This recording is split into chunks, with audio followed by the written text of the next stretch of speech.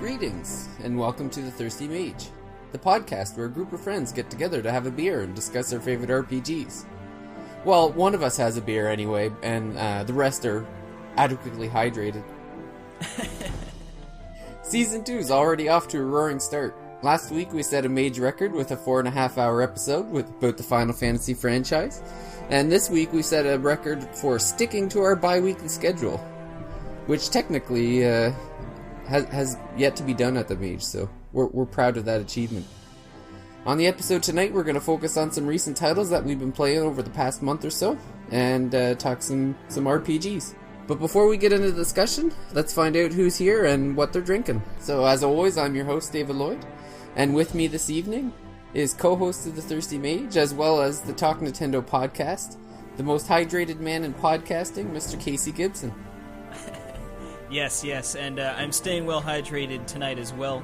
I know I promised I'd have a beer last time, but I think we're going to push that to next episode. Well, I swear, one of these episodes I'll be drinking a beer, but just polished off my nice cup of Folgers, and now I'm on to the old H2O. Well, you might need some beer after the game we'll be playing for the next episode. So. And we have a new regular to the Mage. He's been given a permanent invite due to his love for Final Fantasy and his Canadian citizenship, Mr. Jordan Rudick. Hi, David. Thanks for having me back. Well, thanks for coming back. Now, is there any chance that you're not drinking some form of H2O? I'm not actually this time, but I'm also not drinking anything alcoholic right now. I'll save it for the Dark Souls episode too. I'm drinking a mango slush, like a bubble tea, or I don't know, boba tea. I keep hearing boba tea, but in Vancouver we just call them bubble tea. So it's like a fruity kind of icy drink, almost like a Slurpee or something like that. So that's my beverage of choice. Bringing a little flavor to the Mage. Yeah, I'm like, don't ever bring this into the pub, but yeah, we had kind of Chinese food for dinner, and so it came with a drink, so I got a mango slush. Well, I guess until I like the justification. Yeah, that's right. Until we can get Neil back in the Mage, I guess I'm the only one who's gonna get into his beer. I have tonight from the Mill Street Brewery a Cobblestone Nitro Stout. So this is a nitrogen-charged organic Cobblestone Stout. It's deep roasted. It's got a very smoky taste to it, with a little lingering hop note. So it's a seasonal beer from the Mill Street pub that we have in town. I know in Canada the Mill Street beer is pretty easy to get.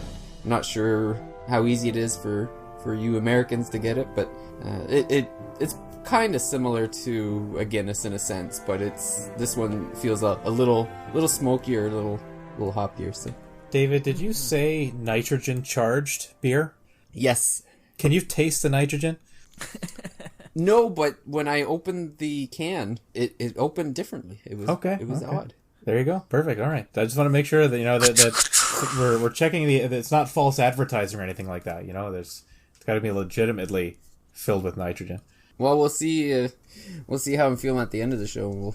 I would say it almost feels like it should be like juicing you up a little bit, Yeah. Like you get ready to rock and roll here.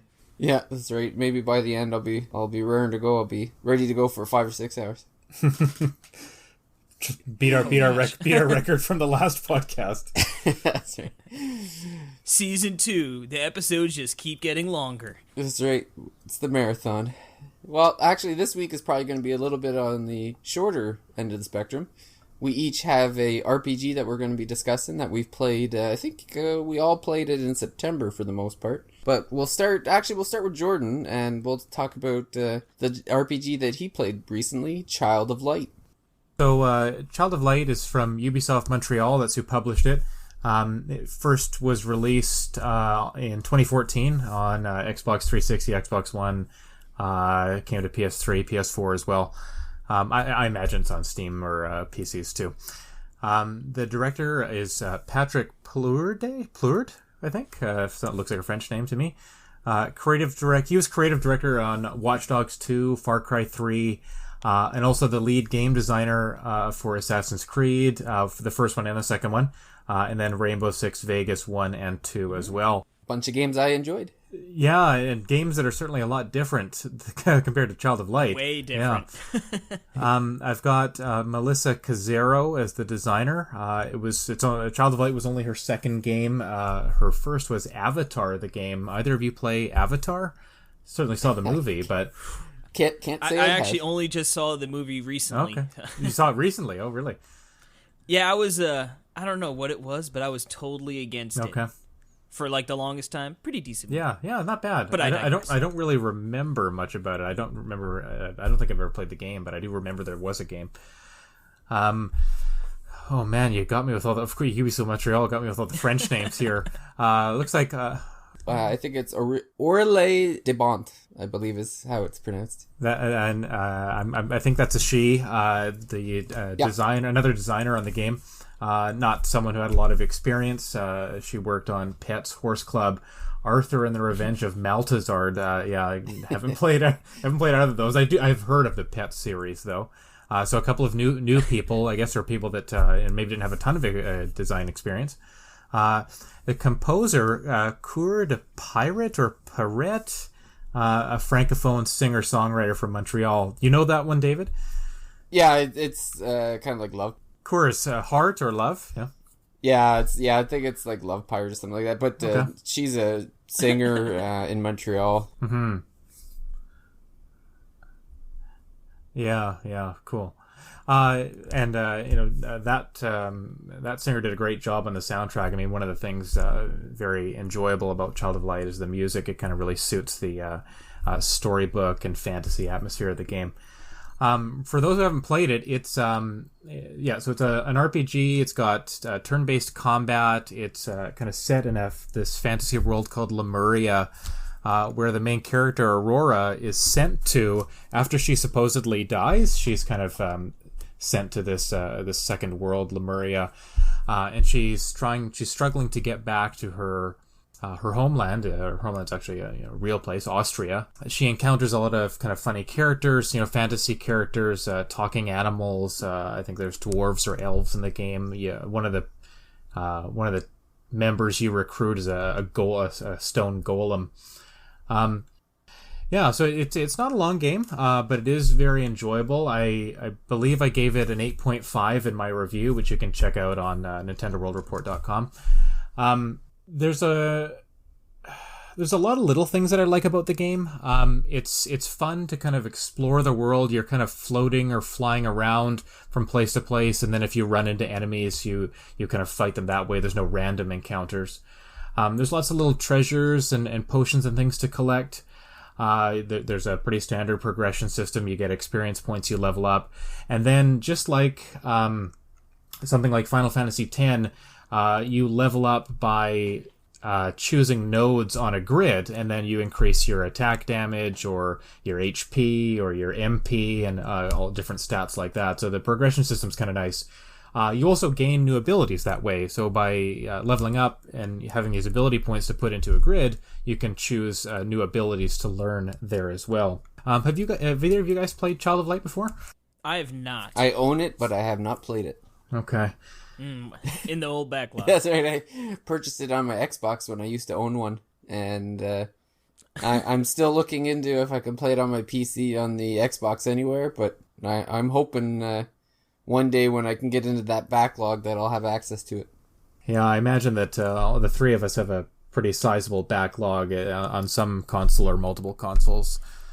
I sure do. And the worst thing about being an RPG fan is that, if you really like platformers, you could probably get through that backlog relatively quickly. Mm-hmm. But the worst is, I've got 4 games I really want to play, and they're all 60 hours a pop. Yeah, exactly.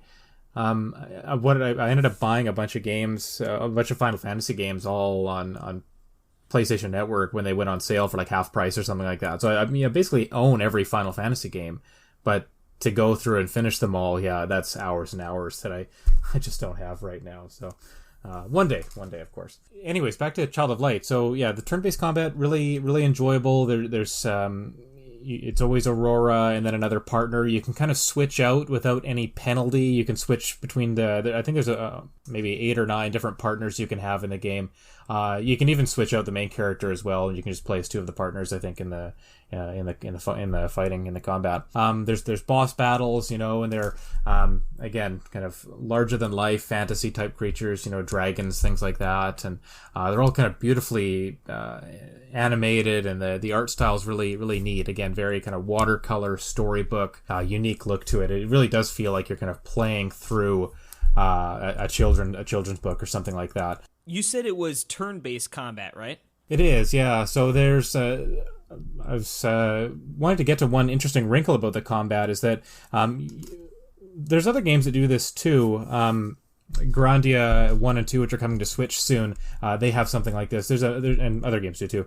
There's a meter at the bottom that shows the turn order, and when it gets to your turn, you choose an attack, and then there's another short meter at the end while you're waiting for your attack to happen. If you attack an enemy, you can interrupt their turn and you can force them to the back of the line. But they can do the same thing to you unless you defend yourself. So there's a nice kind of strategy or tactics element to it.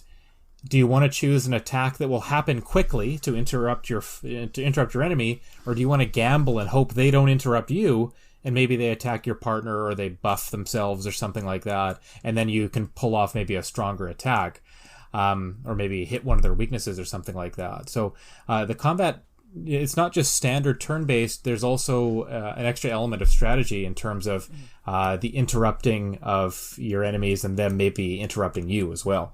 That sounds pretty cool. It's kind of similar to Radiant Historia. Yeah, that's right. I recently played that on a 3DS. I just it didn't come to me, but that's right. But yeah, this idea of changing the order of who goes first or who's going next in the battle as one of kind of the gameplay mechanics. Yeah, I really enjoyed that. What else can I say about the game? It's a linear story, right? Like there's no open world.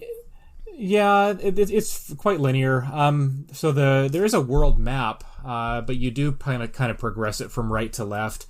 You can backtrack to collect treasures, and to complete 1 or 2 side quests, but it is a pretty straightforward game.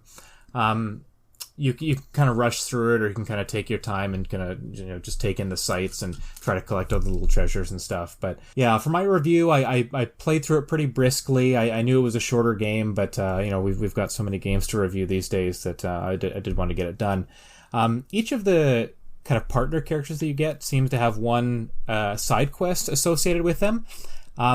But there aren't a lot of rewards, so there's a couple story beats that you will see if you do all of those side quests, and they're pretty easy to find and complete. So I did play through most of the side quests as well, but yeah, after the main story ends, there isn't a lot of reason to go back, not a lot of replay value to the game.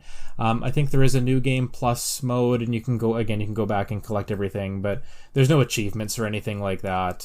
So yeah, I don't see a lot of people necessarily going back to the game, at least right away, maybe returning to it years later or something. But yeah, what else can I say about it?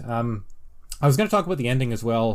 The ending seems kind of cut off or rushed or unfinished. There's something about it that just doesn't. It's not all that satisfying. I feel like maybe they didn't get to spend as much time creating or crafting or finishing the ending of the game. So that was a little bit of a disappointment, but the experience of playing the game is really it's kind of invaluable, or really just a different game than things we've played before. Really loved the look of it. The combat was fun.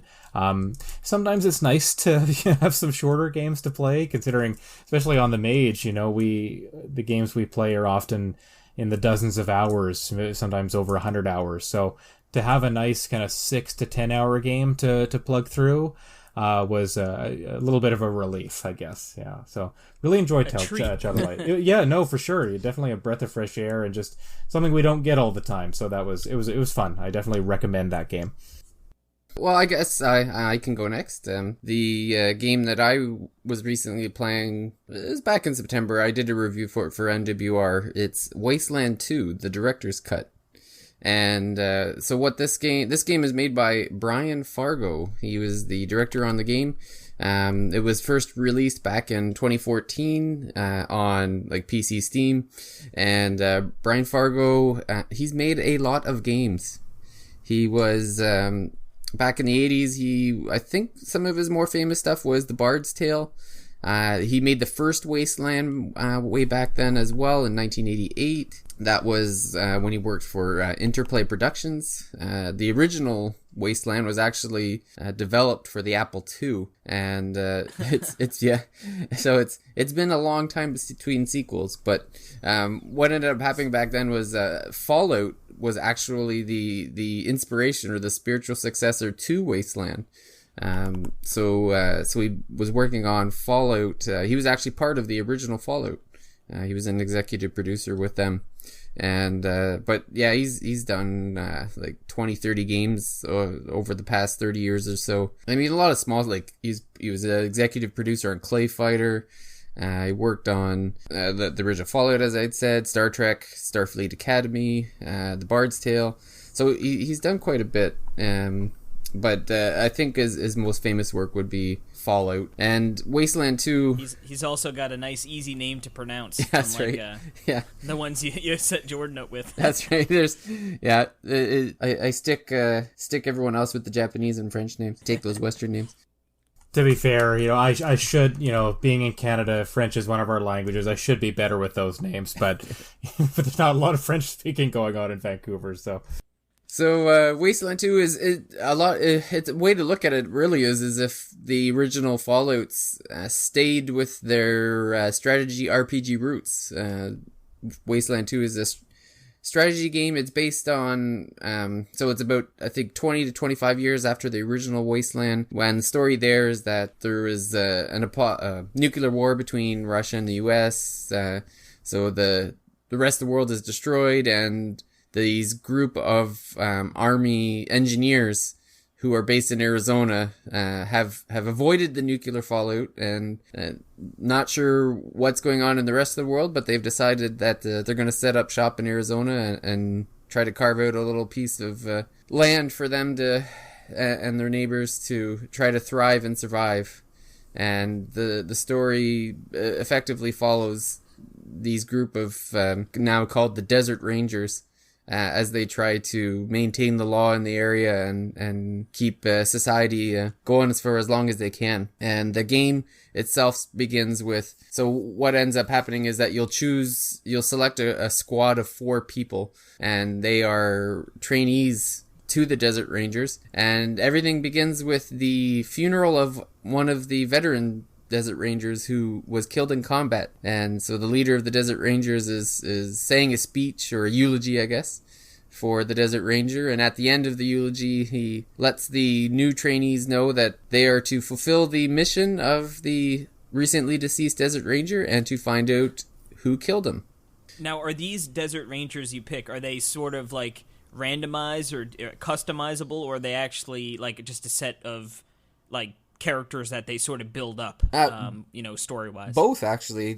You have the choice of having a predetermined set of Rangers, or you can customize them right from scratch. And okay. Yeah, so now if you've never played it before, I'd probably recommend going with the randomized ones, because I thought I would be a big shot and knew what I was doing and selected my own customization. And when the game started up, I realized that none of my characters were strong enough to even carry a weapon. They started the games, they literally started the games with chunks of wood as their weapons. You guys are useless Rangers. Yeah. It really, there really is a push to specialization. So you want to have like a sniper, an assault rifle specialist, an engineer, a medic.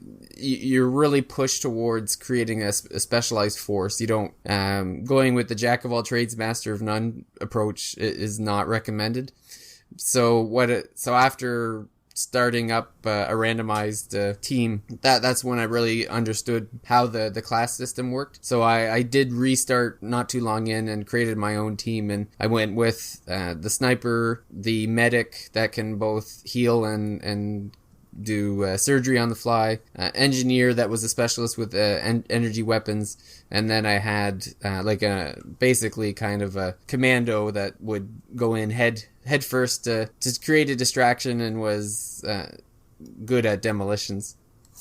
It's kind of like a meat shield or a more of a defensive character, that one, David? Yeah, exactly. It was go in shooting to create a diversion while the other three sneak in from the side or behind or from afar.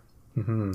So how many other character types are there? Like, are those, when you chose those four, those are pretty recognizable character classes. Are there a lot more other ones you could choose too, or? Yeah, so it's very wide open. Like there's you can choose kind of a negotiation style person where they can actually convince enemies to join your team like mid battle, and they also have animal specialists, kind of like a spy. Like there's a lot of variation to the different classes that you can have, and as you level up, you can put the experience points towards those, just so that you can be even more specialized. Yeah, exactly. Yeah, learn things on the fly. Like there's a lot of vaults, like safes that are in the Arizona area. So you want to have like a safe cracker. You also want to have a computer specialist, mechanic. Like there's lots to choose from. And variation is one of the themes, essentially, of the game, because there's no real predetermined way to play. It's completely wide open. There's a fork decision right at the onset as you start to go off into the wilderness to find the killer of the Desert Ranger. There's an immediate decision that has to be made where there's an installation that grows the food, and then there's a town that's in charge of the water, and basically you both are under attack, and you've got to decide which one you want to go with. And so when you go to save one, the other is essentially lost, and that creates different storyline, different lines of missions later on. So there is a definite impact.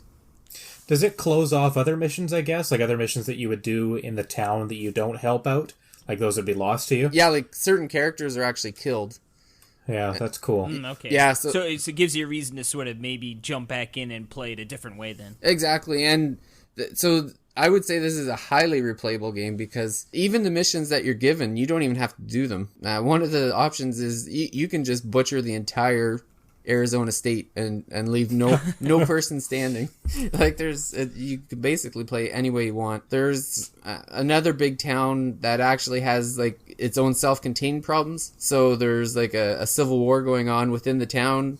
So you can either side with one part of the town or side with the other, or you could try to reconcile it or just butcher them all. Like it's up to you. It's up to you. You can do whatever you want. It's great. Is there like a main story, David? Like something your main objectives, like they would lead to some kind of ending in the game? Yes. Now that's the storyline of trying to solve the murder of the Desert Ranger.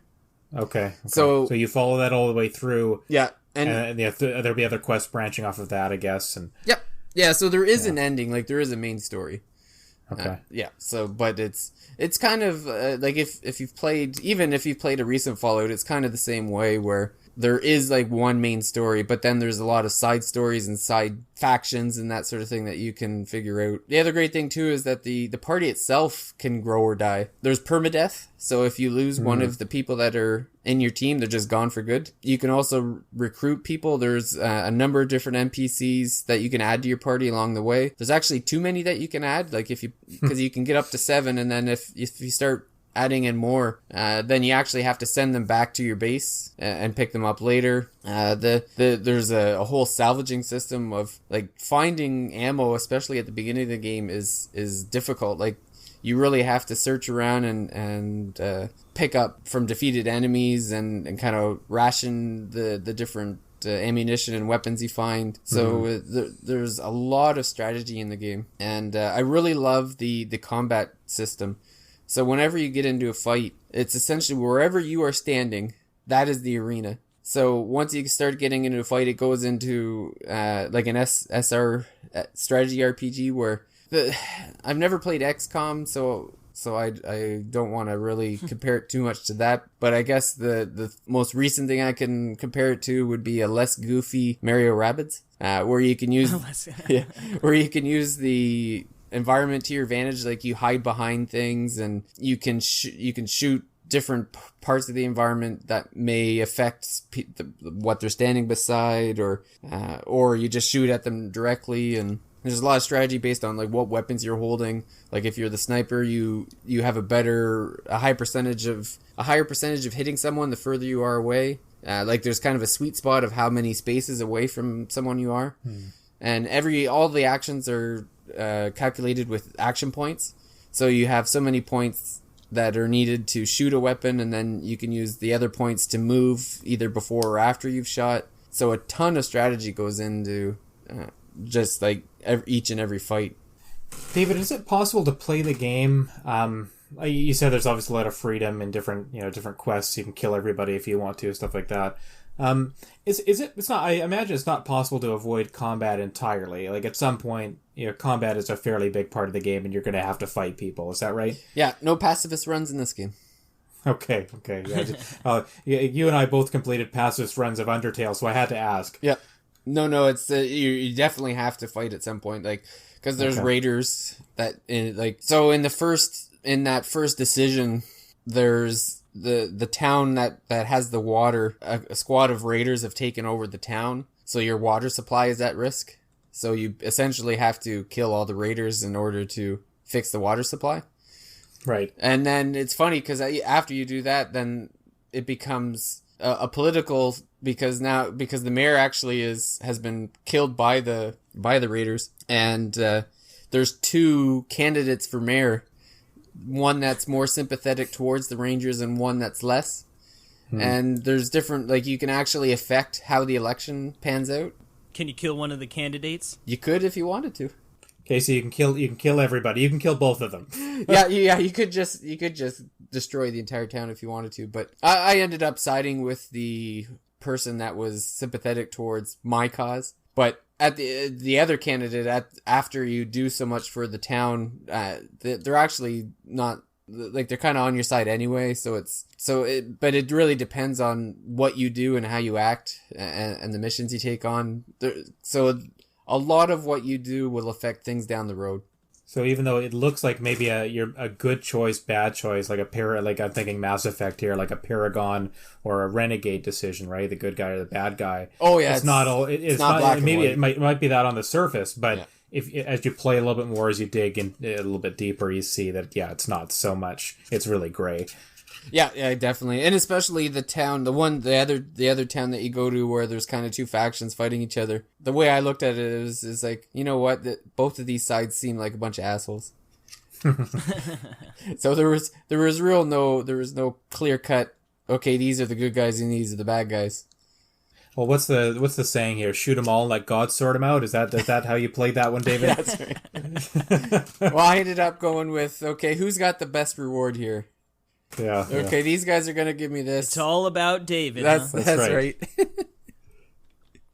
So, but I mean but the developers or whoever made the game, they put that in there, right? Like, are you going to choose? Are you going to be selfish? Are you going to choose you, or are you going to choose, maybe what might be a more satisfying story conclusion, right? No, I'd rather have the loot. Give me that. Yep.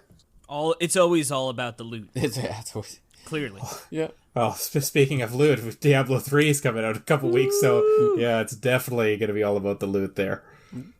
So I would definitely recommend it. I know when I reviewed it, there was a lot of performance issues in the sense of the game crashing often. So I know it was being addressed, and there has been an update, but I haven't played it since the update, so I don't know if necessarily that was fixed. The UI is a little weird because it was developed for PC, so I think the definitive experience would be on PC if you have it. Like, it's obviously a better resolution and higher FPS, easier to use a mouse to really kind of direct everybody to what they should be doing. But my opinion is if you can't get it on PC, or if you prefer the mobility of Switch, it's a good enough port that it's not unplayable. It didn't detract necessarily from the experience. I just think the experience would probably be better on the PC. But if you have a Switch and you don't have a PC, then still I would still play the game on Switch. You know, it's one of those funny things about the Switch is that everyone seems to be able to, or a lot of people seem to be able to settle for lesser versions of games. Maybe not the prettiest, maybe the frames take a hit, or other concessions, I suppose, to have it on the console. But a lot of people seem willing to make those concessions, to say, no, I want everything on Switch. I know this game would be better somewhere else. I have a PS4 Pro. I have a nice gaming PC. I could play it there, but I would rather have it on Switch. Just one of those funny things we keep hearing coming up over and over again. That portability, man, especially with these RPGs, it's like it's because like for me, like Persona 5, I played a bunch, and then PAX came up, and then another thing, and then I never got back to it. But if I had that on the Switch, just be able to bring that with me, never fall into that period of like, oh, I haven't played for a week and a half, like falling out of it. It's just so perfect for RPGs. And falling out of it, it's not playing for a week or more, or a month or something, that can really, really detract or really deter you from going back to a game, especially like Persona 5, where the story is such a big part of it, and and there's mystery elements. Where are we going to go next? What are we going to do next? What relationships have I been building up? You forget all those things when you stop playing it. But the stuff on Switch, it's really hard to not find time to come back to stuff, even if it's a 10-15 minute little break where you can just pop in and pop out. Yeah, I mean the sleep mode is so good. Like I've been at home the last I've been at home the last month or so. I'm on my semester off from work, and I'm at home taking care of my son, and I can play for 10 or 15 minutes while he's playing with his toys, and then when he wants some attention from me, I hit the sleep mode, I put the Switch down,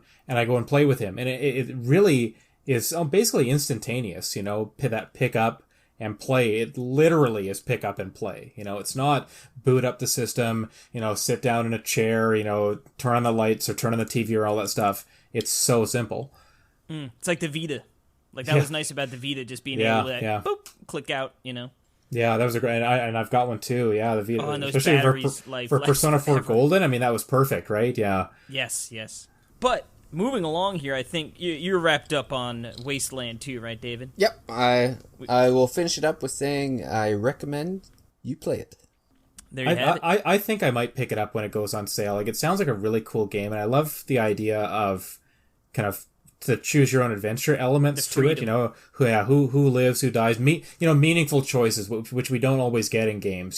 Sometimes you get the dialogue trees and you get a little bit of different conversations happening with characters, but when you can actually do things in a game that have really impactful narrative changes or storyline changes, I mean, I'm all for that. But I just don't have time for the game now. But if it goes on sale in the next 6 months to a year, I'll probably pick it up. Cool. So we got one game left on the docket tonight, and it's the most recent of the bunch, and Mr. Gibson has been playing it. Yes, sir. Following up, it is the DLC to my favorite game on the Switch, and that is Xenoblade 2, and I've been playing the DLC, the standalone DLC also, for those who haven't dipped into the original one, Torna the Golden Country. Now, both of you have not played this game yet, right? I haven't played Torna. I've played Xenoblade 2. I played Xenoblade 2, but yeah, not the expansion. I've held my nose up because it's DLC.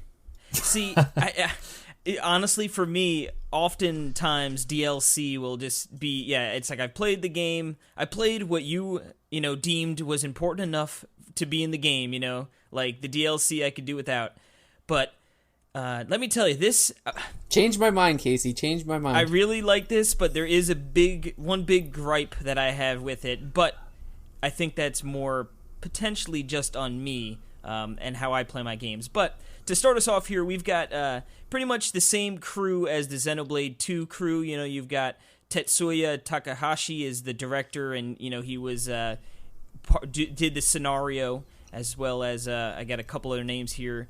Yuichiro Takeda and Mamoru Ohata, something like that. Ota, maybe. Ota, David freaking Brian Fargo. He gave you like 15 names here. It's really hilarious. Well, I went through the credits and I was like, all right, let me write all these names down. I'm not going to go through them all, but yeah, it's pretty much the crew that was working on the original game continued their work with Torna.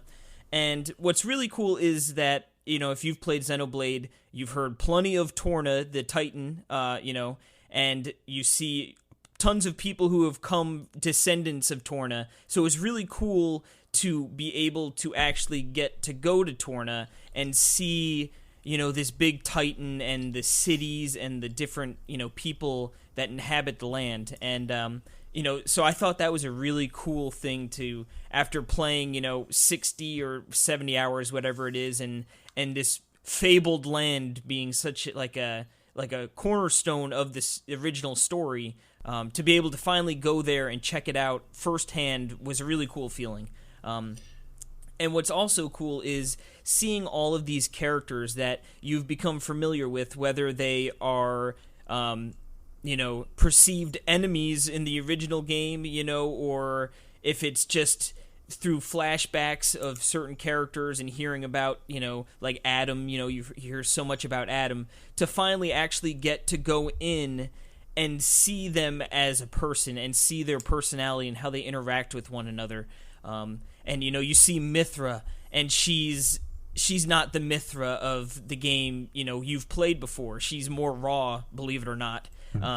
And it's like, it's so funny because all of the other characters are bagging on her, you know what I mean, and really ripping her a new one. And it's funny, she's the Aegis, like, oh, she's amazing, the all-powerful Aegis, and she's getting bagged on by the other party members. But, right, and that's kind of the opposite of what happens in the base game, right? Like, where she's the one kind of ripping on everybody. Yeah, so it's like I said, it's really cool to see these characters, because what's this, 500 years before, I believe, is that sounds right. Aegis War approximately 500 years prior to the main events of Xenoblade 2.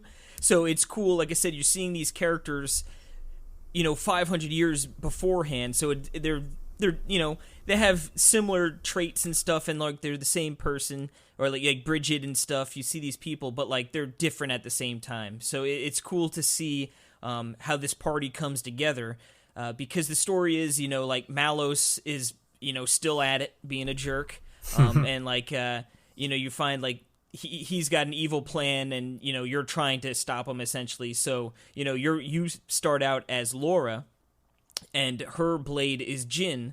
Obviously a very big part of the game as well. Mm-hmm. So it's cool to actually be able to play as Jin. And, for me, I thought he was one of the more interesting characters in the original game. So, like, to just learn more about him was really cool. And Haze, and these characters were, Haze was a little, you don't see as much as Jin. But to see these characters and, like, really become familiarized with them is pretty cool.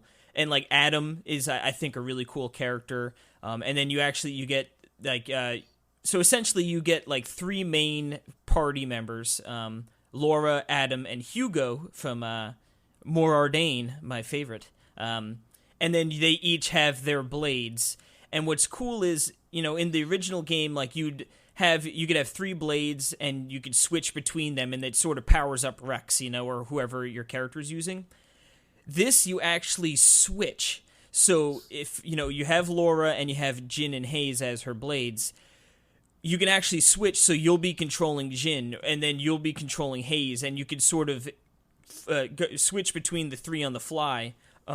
There's a little bit of a cooldown, so it's not literally being able to just at all times, but it's really cool that, like, they changed up the battle system. Like, it's still very Xenoblade 2, you got your chain attacks, and you're still, get your arts with your different levels and all that stuff. But it's cool that they made a tweak here from the original to give it some life, so it's not literally just playing more of the same. So they're not just driver or blade necessarily. They can be either or, all of them.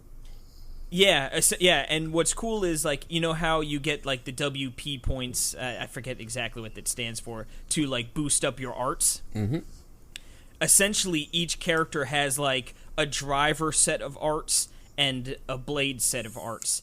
So like even Laura, the quote unquote driver, she has arts that you can improve when she is on like the back with support, So it's got a ton of different abilities that you can pay attention to and upgrade as you move along. And of course, you could do that for all the Blades, Adams, and Hugos, and everyone, Mithra and everyone.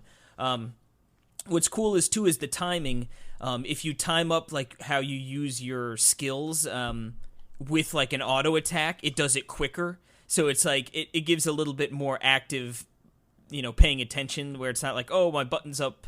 I could just smash, whatever, use the art, let's move on. It's like, oh, there's a little bit of, like, timing involved with it as well, which you can ignore, but it just optimizes your attacks and stuff.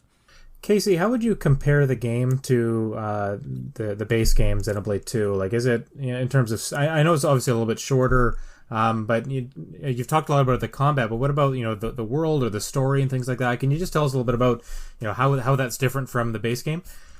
Sure. So, I mean, the story is pretty much like, all right, we're trying to track Malos, and you definitely get with Laura and her family. And what's cool is you start to see like Amalthus. He's not the Praetor yet, you know what I mean? He's right. I forget he's a step below, I forget the exact name of his title. But like you sort of start to see how he sort of shapes into being what he becomes ultimately. And he's working with this other guy, which I'm so bad with names in games. I'm blanking. I'm blanking on it right now. But anyway, there's this other guy, and he's sort of... I feel like he's the guy that's sort of pushing Amalthus to become that sort of, like, ultimately what he becomes. Okay. But, like, you get some background about Jin's old driver even before Laura. And you see how Adam, his sort of, like, his workings within the Torna hierarchy. And, and it's cool how those sort of plug into, like, act as complements to the main story, but they're strong enough that you can, if you never played the original game and you jumped into Torna, I think you could still have a good time and still enjoy the story. It's not solely dependent on knowing the original game. Yeah, I think that's how they were trying to market it as well, is that, maybe start with this game and then see if you like it, you can buy Xenoblade after, which is really funny, where the culmination of the season pass for Xenoblade is Torn of the Golden Country, right? That's the story DLC we were all waiting for when they announced there was going to be a season pass. And yeah, I'm not a huge fan of season passes. That kind of turned me off. I don't know if I've ever really bought one.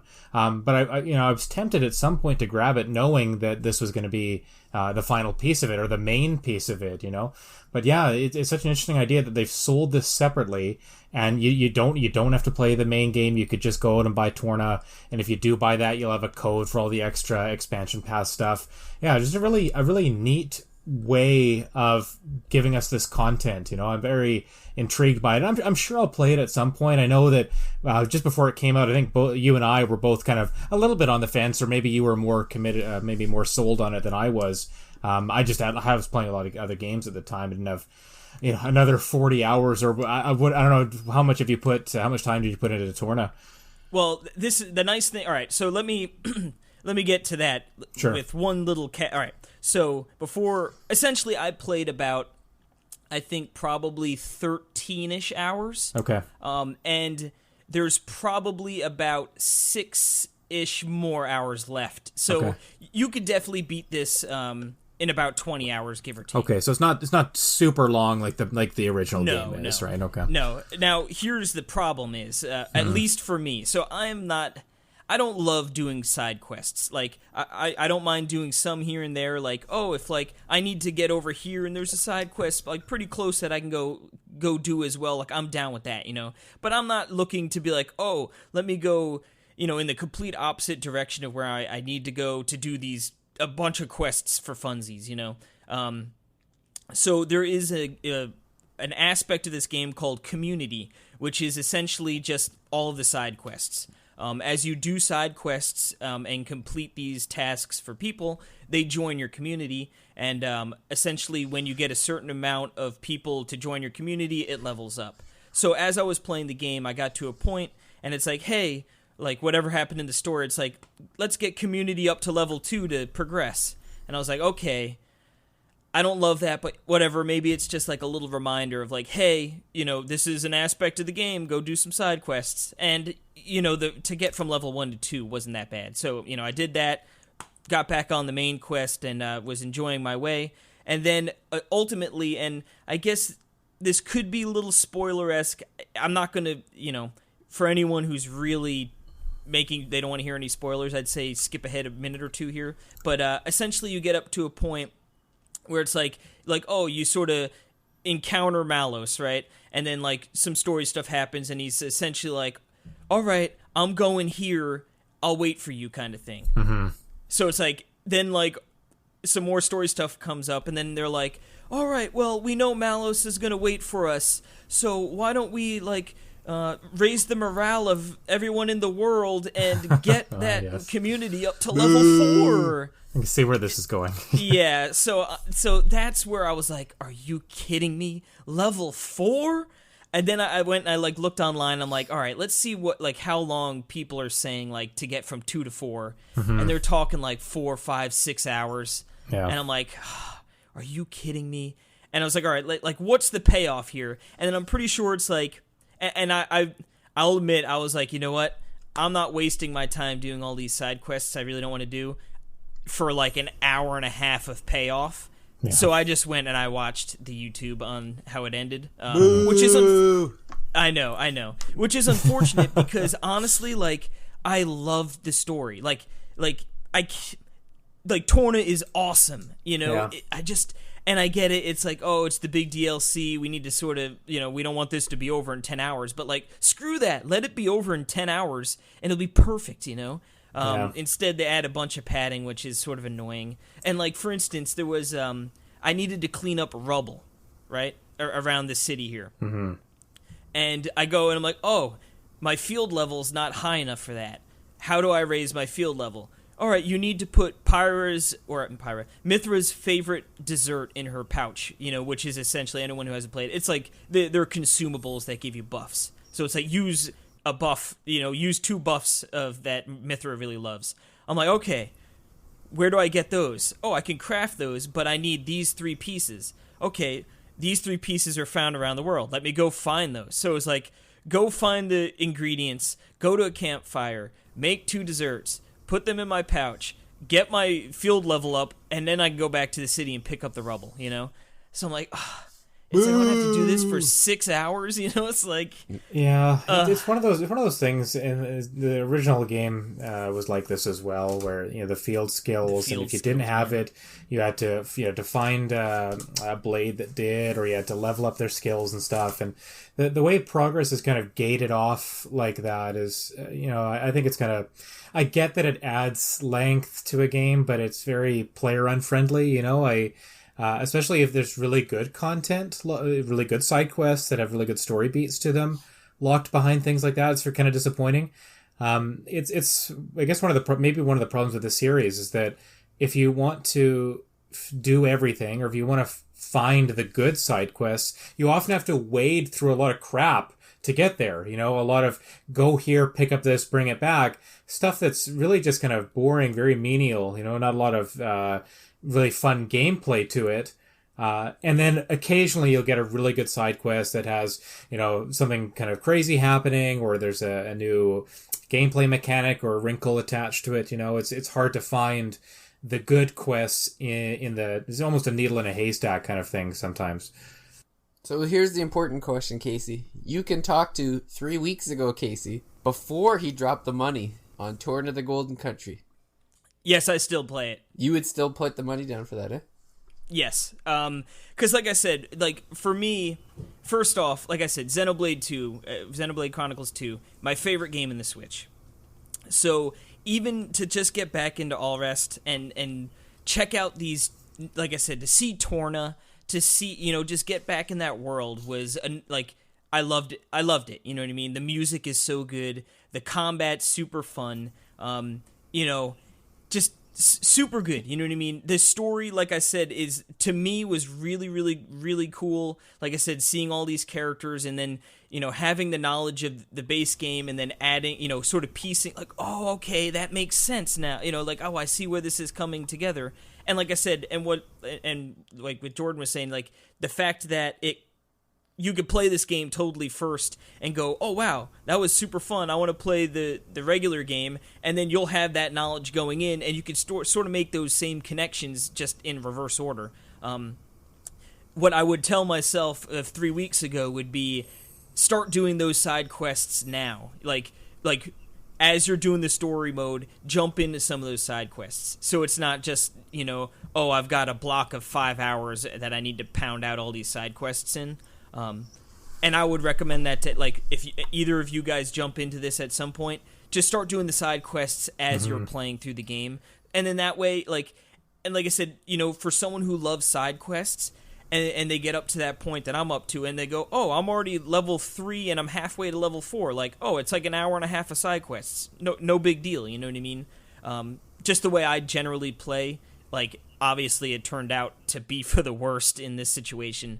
But if you do play, like I said, just start chipping away at those side quests early, so then that way when you get up to that roadblock, it's not so daunting. That's really good advice, Casey, because the way I've been playing RPGs, especially lately, is I'm pretty much just mainlining them, I'm not trying to do everything. I'm skipping a lot of optional content, which maybe a few years ago when I was less busy, I might have tried to do more.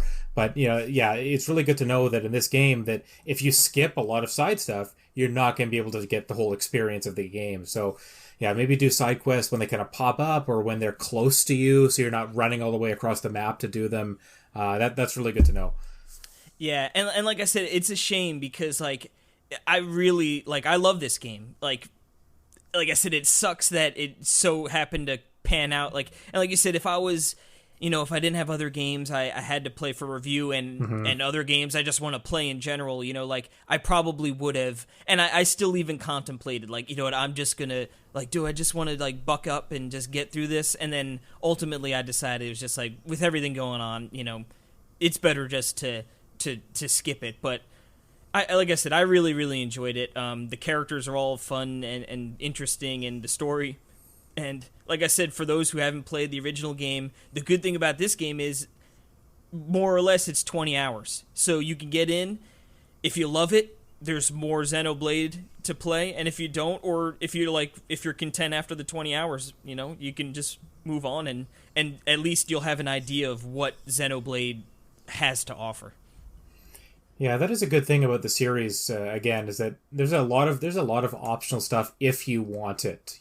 If you just want to do the main story, you can usually get through it, in a reasonable amount of time. But if you want to put in hundreds of hours in this game, and we've seen people switch time counts. We've seen them, 200, 300 hours in a game like this because there's so many little things you can do. Collecting all the blades, maxing out all the stats and stuff like that. I think they added a new Game Plus mode at some point as well. So they definitely supported the game well, and there's tons to do if that's what you're looking for, right? So it sounds like Torna is like that as well. If you want a lot of optional stuff, it's there for you too. Well, I think that's it's going to about do it for tonight. We've got 3 terrific RPGs that we all recommend. Mm-hmm. Some longer than others. Yeah, but all not too long. I feel like the episode, pretty brisk RPGs when compared to some games out there. Yeah, exactly. So, well, I just want to thank everyone for listening. If you don't follow us on Twitter, I recommend that you do. I'm going to start posting the beer selections on Twitter if anyone's interested and wants to try any out that they hear about. And we're hopefully going to go 3 for 3 on the bi-weekly schedule. The next episode we have coming up it's a bit of a review episode in a sense. It's going to be on Dark Souls Remastered for the Nintendo Switch. It's going to be nice to have an episode where we're focusing on one game, because this one and then the last one, be focusing on a bunch of games. So it'll be nice to kind of take a deep dive into Dark Souls. Mm-hmm. And by the time you're listening to this, I will have a review up for Dark Souls on NWR, NintendoWorldReport.com. Also have a video review on Nintendo World Report TV. And I hope my Switch is still intact. yeah, that's right. Yeah, I haven't busted my Switch yet, so I guess the review will be good. I mean, we gotta start the Dark Souls podcast with that. Okay, how what did you break? You know, how many controllers you need to send to Nintendo for repairs after playing through Dark Souls for a few weeks? How many holes in your wall? Are they they fist sized? Right. Yeah. Yeah, so that'll be a fun episode. We'll talk about our experiences within it and maybe discuss a little bit of the lore and just have a nice focused discussion on one game. So that'll be in 2 weeks' time. So, and in the meantime, if you have the time to maybe give us a rating on your podcast player of choice, just so that we can get the word out and help the pod grow, that'd be great. And if you have any feedback, again, you can hit us up on Twitter. It's @TheThirstyMage.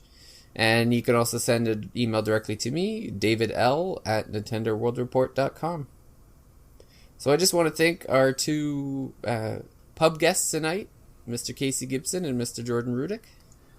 Thank you. It's always a pleasure. Can you even call us pub guests when we brought coffee and water and bubble tea to the pub? Yeah. Oh, man. We're at the cafe next door. That's right, yeah. Right. So I gotta do better next time.